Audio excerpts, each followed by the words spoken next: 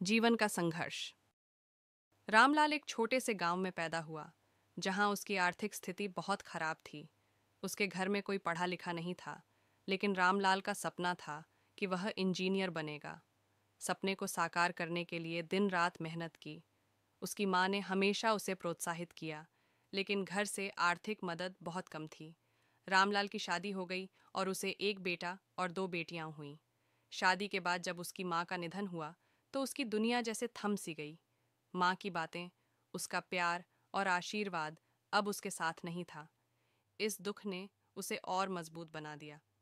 फिर जब उसकी पत्नी ने तीसरी बेटी को जन्म दिया, तो उसके मन में एक नई आशा जगी। लेकिन कुछ सालों बाद उसके पिता का भी निधन हो गया। अब वह पूरी तरह से अकेला था। अकेलेपन और जिम्मेदारियों के भारी बोझ के बावजूद रामलाल ने हार नहीं मानी। उसने गांव के बच्चों को ट्यूशन पढ़ाना शुरू किया, क्योंकि यही एकमात्र तरीका था जिससे वह अपने परिवार का खर्च चला सकता था। वह दिन रात काम करता और अपने बच्चों को बेहतर भविष्य देने का सपना देखता, लेकिन गांव के लोग उसके संघर्ष का मजाक उड़ाते थे। देखो, इंजीनियरिंग पढ़कर भी ये घास काट रहा है। ये ताना उसके दिल में गहराई तक उतर जाता, लेकिन रामलाल ने अपने इरादे को नहीं छोड़ा। वह जानता था कि उसकी मेहनत का फल एक दिन जरूर मिलेगा। समय बीतता गया और उसकी मेहनत धीरे धीरे रंग लाने लगी। उसने शिक्षा को अपनी सबसे बड़ी ताकत बना लिया।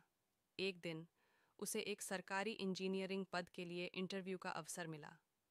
उस दिन वह अपने बच्चों को देखकर सोचता था कि अगर उसे सफलता मिलती है, तो यह उनके भविष्य के लिए कितना महत्वपूर्ण होगा।